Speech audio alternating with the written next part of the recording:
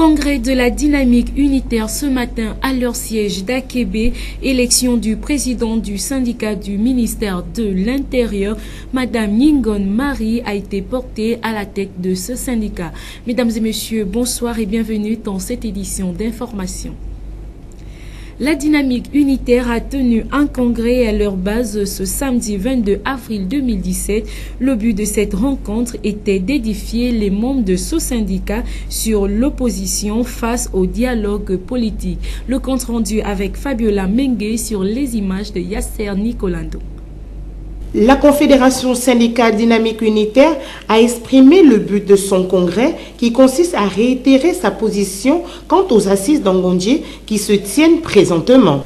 Un conseil confédéral pour statuer sur les mesures disciplinaires à l'encontre des organisations syndicales affiliées à Dynamique unitaire qui ont pris part au dialogue politique d'Ali Bongo au Nimba, conformément à la décision du Conseil confédéral du 9 janvier 2017. Nous sommes également ici réunis pour lancer un message fort à l'endroit d'un syndicaliste par rapport au non-respect des libertés syndicales, illustré par la suspension des activités de la CONACICET, pour dire aux syndicalistes que nous devons nous regrouper. Nous ne pouvons pas nous réjouir d'être à côté du gouvernement, à l'OIT, alors que ce même gouvernement viole les conventions que l'OIT prend. Nous voulons lancer également un message par rapport à la vie chère. Oui, Dynamique unitaire, le 7 janvier, l'avait déjà annoncé que le gouvernement, s'il traîne les pieds pour réduire les salaires, il va agir sur les impôts en créant de nouvelles taxes et pour baisser le pouvoir d'achat du travailleur. Et c'est ce que nous constatons. La vie devient chère et voilà pourquoi le lundi 24 avril à 10 h au stade de basket d'Awinje, nous appelons tous ceux qui disent non à cette cherté. Oui, venez manifester votre colère avec dynamique unitaire. Nous nous adressons également aux agents publics de l'État qu'il est inadmissible que notre carrière soit gelée depuis 2015, que nos salaires soient figés, puisqu'il n'y aura plus jamais d'avancement automatique, de reclassement après stage et même des stages verticaux.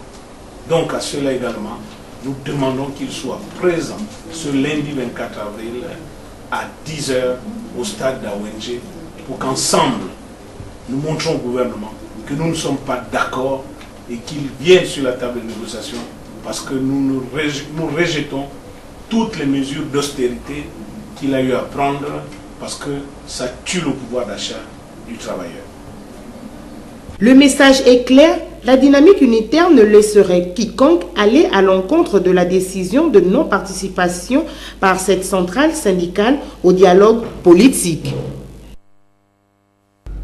Le syndicat des douanes a également pris part à ce congrès organisé par la dynamique unitaire.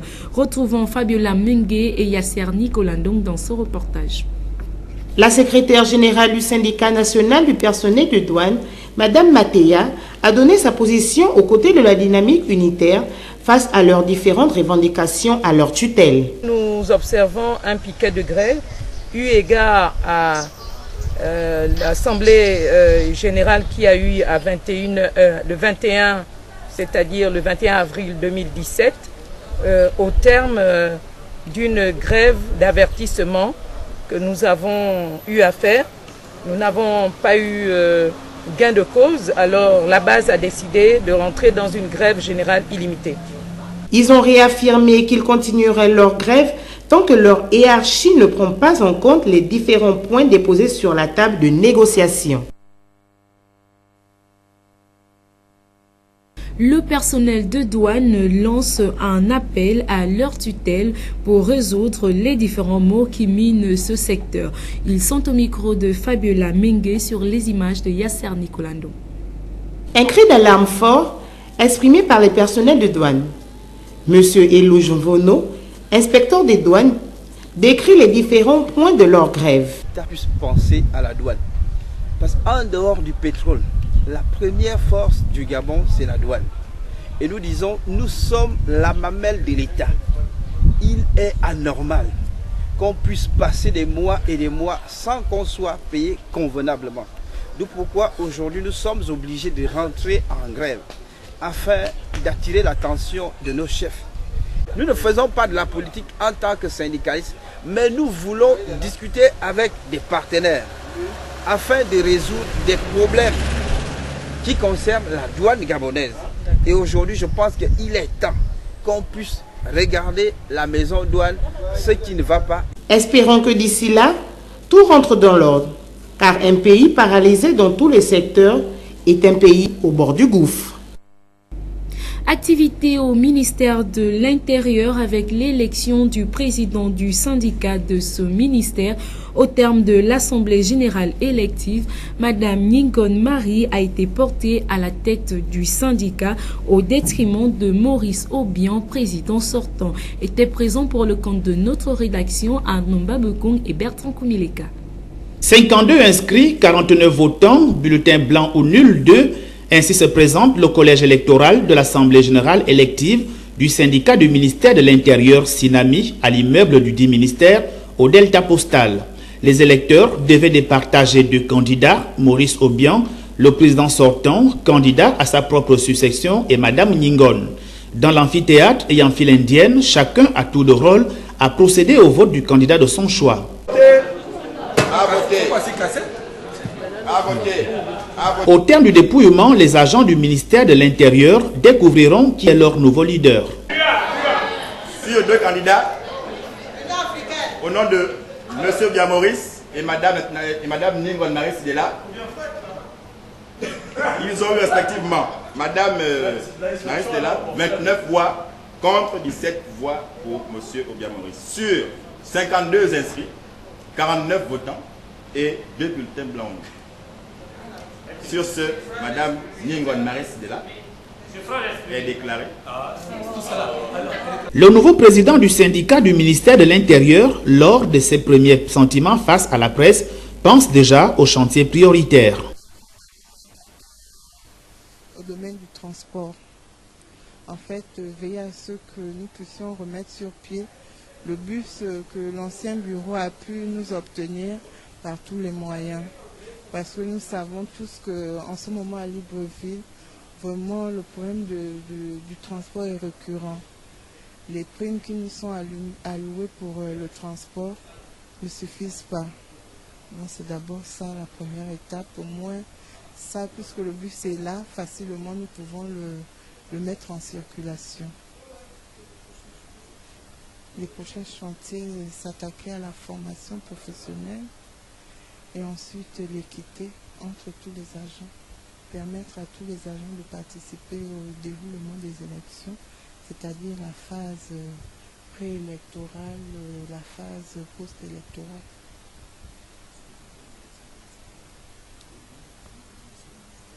Toutes les élections, puisque c'est le ministère de l'Intérieur qui s'occupe de toutes les élections. Donc, faciliter et permettre à tous les agents de participer à ces différentes activités qui sont organisées par notre ministère. Le président sortant, tout en se mettant à la disposition de son successeur, s'est dit déçu de la possible instrumentalisation des électeurs par la hiérarchie, toute chose susceptible pour lui d'avoir orienté le choix des votants. Les populations du quartier Douane dans la commune de Port-Gentil se sont levées brusquement ce matin suite à un accident survenu un peu plus tôt. Un camion a vu sa remorque basculer puis renverser. Reportage Marius Nonda de Média Plus. Il était environ 9 h du matin lorsque l'incident a eu lieu. Selon des informations recueillies sur place, c'est en manœuvrant en marche arrière pour accéder à l'entrepôt du groupe Sekagadi situé à quelques jets du carrefour Douane que le camion propriété de la Compagnie nationale de navigation intérieure et internationale a vu sa remorque basculer, puis se renverser emportée par le poids des 2 conteneurs qu'elle transportait. Une situation qui a occasionné la fermeture provisoire de la bretelle Carrefour Douane Port-Molle, obligeant les différents véhicules à effectuer un détour. Informés de l'incident, les responsables des 2 entités se sont mobilisés pour débarrasser la voie à l'aide d'une grue et d'un hystère. Si pour cette fois aucun blessé n'a été enregistré, certains observateurs estiment que des mesures devraient être prises par les responsables de l'entrepôt, car ce n'est pas le premier accident enregistré sur les lieux. C'est en milieu de journée que la circulation a pu être rétablie au grand bonheur des automobilistes. Nous restons toujours à Port-Gentil. Les habitants du quartier Batanta vivent dans des conditions critiques. Aujourd'hui, le 4e arrondissement de la commune vit dans les conditions les plus difficiles. Suivant ce reportage de Estranel Ovonondong. Les installations des populations gabonaises, notamment en zone urbaine, ont toujours été remises en cause, vu qu'elles mettent en péril certaines recommandations établies par les autorités en charge de l'urbanisme et de l'habitat social, même si la réalité en est une autre, c'est-à-dire qu'aucune politique de contrôle ou de sensibilisation n'est opérée sur l'ensemble du territoire national, encore moins dans la ville de Port-Gentil. C'est par exemple le constat fait ce jour dans cette partie du 4e arrondissement de la commune, autrement appelée derrière Banzanza, juste après les averses qui s'abattent dans la ville ces derniers temps. Il y a le cadastre qui est là aujourd'hui. Je pense qu'il y a peut-être 30 ans de cela. Le cadastre ne fait plus son travail. Si le cadastre faisait son travail, je pense qu'aujourd'hui on devait avoir des terrains bien lotis sans problème. Mais maintenant qu'aujourd'hui, le cadastre n'arrive pas à faire quelque chose, le cadastre qui est le gouvernement, et bien aujourd'hui, qu'est-ce que la population fait? Chacun va chercher son terrain à sa manière et puis trouver une place pour abriter et puis loger ses enfants. En voyant déjà le problème sur ce fossé qui est déjà inondé par l'herbe, et puis souvent, on ne sait pas comment, même s'il faut faire entrer un engin, je ne sais pas avec quelle position qu'on pourra faire entrer cet engin pour déblayer et ouvrir ce canal-là qui nous permet, une fois qu'on est inondé, et puis ces eaux se déversent carrément au pont. Papa, on est dans la ville de Port-Gentil, les inondations nous accompagnent tous les jours, mais ce qu'on craint, c'est les épidémies, les mauvaises choses. Voyez-vous, nous on a les pieds dans l'eau parce qu'on ne peut pas mettre les chaussures ici. Dans cet espace, aussi marécageux, les risques sont multiples, surtout en saison des pluies, tel que c'est le cas actuellement, malgré les efforts constatés des riverains. Il y a une chose, c'est que la population fait toujours son travail. Le travail, c'est le cas, c'est de dire une fois qu'il se retrouve dans l'eau, qu'est-ce qu'il faut faire? Il faut créer un pont pour que ça le permette de traverser sérieusement avec tout ce qu'il a comme matériel, ou bien les enfants quand ils vont à l'école, ou bien quand lui-même se déplace pour aller à la maison, aller au travail. Bon, les risques sont là, mais on vit avec. Si on dit on essaie d'éviter ces risques-là et entendre le gouvernement, ce serait trop long. Et pendant ce temps-là, on ne pourra pas carrément ouvrir certains quartiers dans le Goué maritime. La mairie du 4e arrondissement. Mais les maires viennent nous solliciter seulement quand c'est les votes. Ils veulent que nous les votons. Mais quand c'est des choses comme ça, on n'a jamais vu les maires tourner, partir partout pour constater ce qui ne va pas dans leur population qui les vote. Les enfants qui vont à l'école se cassent les pieds. Renforcer les mesures liées à l'assainissement et à l'aménagement des quartiers populaires tels que celui-là devrait permettre aux autorités locales et gouvernementales de limiter les conséquences néfastes qui s'offrent quelquefois aux populations portgentillaises pendant les intempéries. C'est dans le but d'implanter une section au Gabon que l'association Women of Africa a tenu une réunion avec des femmes de diverses associations et ONG à la Chambre de commerce de Libreville. Pour en savoir davantage, retrouvons Marielle Ekom et Bertrand Koumileka dans ce reportage. Créé le 8 mars 2002 par des femmes et des hommes d'horizons divers, Women of Africa, en abrégé WOA, qui signifie Toi en langue fan, s'implante désormais au Gabon. Organisation de solidarité à échelle internationale, Women of Africa a son siège en France et des représentations locales dans divers pays d'Afrique et d'Europe. Le Gabon étant le prochain pays où l'association voudrait poser ses valises, c'est à cet effet que Mme Itou Imaganga, premier responsable au Gabon, a rencontré des femmes œuvrant dans ce sens. Et depuis plusieurs années, nous avions souhaité créer l'antenne Gabon grâce à Mme Pepesi Ogolikende, qui est responsable de l'ONG Malachi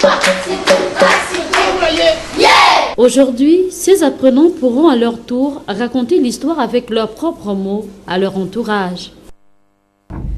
Pour sa première édition, le tournoi d'échecs pour enfants et les jeunes se tient à Libreville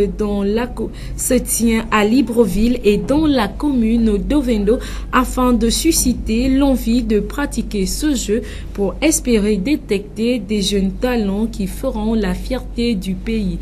Suivons ce reportage de Mosconi Ngonba. C'est à cet exercice d'échecs que se sont intéressés plusieurs jeunes et amoureux de cette discipline, longtemps méconnus par de nombreux sportifs. Mais cette fois-ci, ils ont répondu nombreux à ce tournoi organisé par la Fédération gabonaise de jeux d'échecs. Je dis que quand on est venu à la tête de la fédération, l'objectif à atteindre c'était de créer des clubs dans les établissements, motiver les jeunes parce que c'est une discipline qui n'est pas très connue de chez nous au départ. C'était réservé à tout le monde autant que nous sommes là. On essaie un peu d'organiser l'activité, de permettre d'avoir des jeunes capables parce que l'éclosion de ce jeu ne commence que très jeune. Une éclosion qui sera fortement confirmée par le champion du Gabon de jeux d'échecs qui salue tout d'abord la réception de ces jeunes dans les techniques de jeu et la maîtrise de celui-ci. Ensuite, il regrette le niveau de jeu de cette discipline sur le plan national. C'est ce que nous avions comme objectif quand on avait créé cette fédération. Après un certain nombre d'années, il faut pouvoir organiser des compétitions. Parce qu'aux échecs, ce qui est sûr, c'est que quand les enfants débutent, ils ne maîtrisent pas encore très bien les mouvements des pièces. Donc il faut qu'ils prennent quand même assez de temps pour qu'ils puissent appréhender tout ça. Et ensuite, nous avons pensé qu'il était le temps maintenant d'organiser des tournois entre eux pour pouvoir savoir qui pourrait être le champion ou des enfants multi. Nous sommes vraiment en retard et vraiment nous allons tout faire pour pouvoir combler ce déficit en organisant justement des tournois, en donnant des cours dans les établissements. Parce que nous avons... Une compétition destinée aux jeunes qui s'étendra en 2 phases. Et pour la dernière, elle consistera à déterminer le champion de cette première édition qui est tant attendue par plus d'un. La première édition de l'Open Espoir de Taekwondo s'est ouverte ce jour au gymnase du Britannique militaire de Libreville. Des centaines de jeunes ont répondu présents à l'appel. Les détails avec Ephraim Biogedzo et Mosconi Ngonba. Paris réussi pour le comité en charge de l'organisation de l'Open Espoir de Taekwondo. Pour un premier coup d'essai, ce fut un coup de maître avec près de 300 jeunes venus de divers clubs de la capitale et de l'intérieur du pays. Au gymnase du Britannique militaire de Libreville, encadreur de la dite épreuve, parrain et l'ambassadeur de Corée au Gabon, tous étaient présents. Vu le niveau technique de la compétition et l'affluence des acteurs, 8 surfaces de combat seront mises à la disposition des athlètes alors que le règlement stipule une élimination directe pour chaque acteur en cas de perte de combat. L'adversité était au rendez-vous. Les premiers vainqueurs savourent leur victoire au terme du verdict final. Je vois à la télé pour la première fois que je viens à une compétition. J'ai beaucoup travaillé et puis en faisant, on fait beaucoup de choses. Des combats très engagés qui ont notamment occasionné des ovations de la part du public venus très nombreux, mais reste cependant à réaliser d'énormes travaux en équipe pour chacune des formations présentes. La question que nous pouvons donner, c'est que certains parmi eux viennent pour la première fois, ils viennent apprendre, excepté quelques athlètes qui sont déjà habitués de la compétition Baby Champion. Et comme vous le savez, la semaine dernière, nous sortons d'une grande compétition organisée autant pour moi par l'association Agatama du Maître Lomo. Et la plupart de ces jeunes-là, ce sont ceux-là qui viennent rivaliser de leur talent. Donc il y a un mélange d'expérience et ceux qui viennent pour la première fois. Une première journée de compétition qui a permis à certains de se faire distinguer. La deuxième journée nous réserve encore des belles surprises en perspective. Serge Mikala, vice-président de l'Association nationale des panthères taekwondo, se dit satisfait de la tenue de cet événement sportif et de la participation des jeunes. Il est au micro de Ephrem Biogezo sur les images de Mosconi Ngonba. Pour un coup d'essai, je parlerai là du coup de maître. Parce que depuis ce matin, nous vivons cette ambiance avec des athlètes qui sont prêts à découdre les uns contre les autres. Et la participation a été quand même au rendez-vous. On ne croyait pas avoir autant de participants. Nous sommes à quasiment 300 athlètes, vous voyez, et pour autant de combats. Et vraiment, c'est du boulot. Nous faisons fonctionner là 8 heures de jeu. Et j'avoue, depuis le matin, je sais pas quoi, je suis très ému parce que je vais dire presque nous avons réussi un pari. Vraiment, nous avons réussi un pari. Et d'ailleurs, nous avons été honorés par le président de la fédération gabonaise de taekwondo. Il y a l'ambassadeur de Corée qui était là. Et il y a le grand maître Sanchoul qui est là. Et la marraine elle-même.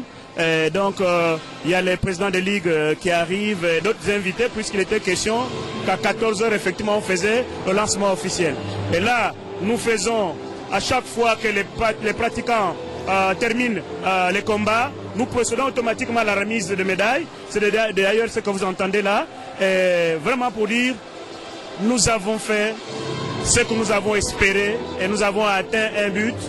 Et demain, ce sera encore certainement mieux que ça parce que les gens seront nombreux. C'est dimanche, les gens viendront assister. Vous voyez comment les tribunes sont. Les athlètes sont disciplinés. C'est des enfants que nous voulons former, nous voulons suivre pour avoir l'élite de demain. Parce qu'il faut former l'élite. Et il faut commencer par cette jeune pousse pour avoir des bons athlètes, des athlètes qui ont le respect de l'autre, le respect de la hiérarchie. Et qui auront l'amour de la nation. Que pensez-vous de la radiation à vie des cyclistes gabonais ayant refusé de participer à la tropicale Amissa Bongo? C'est votre rubrique Expression libre. Les réponses sont au micro de Mosconi Ngonba. Bon, on trouvera une solution. Pas entrer en profondeur de ça, moi j'ai aucune idée. Je ne sais pas, j'ai aucune idée. Que pensez-vous de la radiation à vie des cyclistes gabonais de la tropicale Amissa Bongo? Bon, je pense déjà que compte tenu de la situation politique actuelle, la radiation des cyclistes là n'arrange rien. Étant donné que le gouvernement en place dit qu'il veut installer l'apaisement grâce au dialogue, mais lorsqu'on radie comme ça, c'est une violation des droits. On ne peut pas radier des gens à vie qui sont dans leurs droits, puisqu'ils revendiquent depuis 2 ans des primes. Je pense que ces ministres-là et autres, ces hommes politiques-là, ils ont leurs primes. Est-ce que leurs primes sont suspendues? Pourquoi le faire à ces cyclistes qui se battent, qui donnent cœur et âme pour représenter la nation gabonaise? C'est totalement inadmissible dans un pays qui se veut un pays de droit. C'est sur cette note d'expression libre que prend fin cette édition d'information réalisée par David de Mitola. La chefferie d'édition était assurée tout au long de cette semaine par John Hiller Bouya. Je vous retrouve à très bientôt. Au revoir.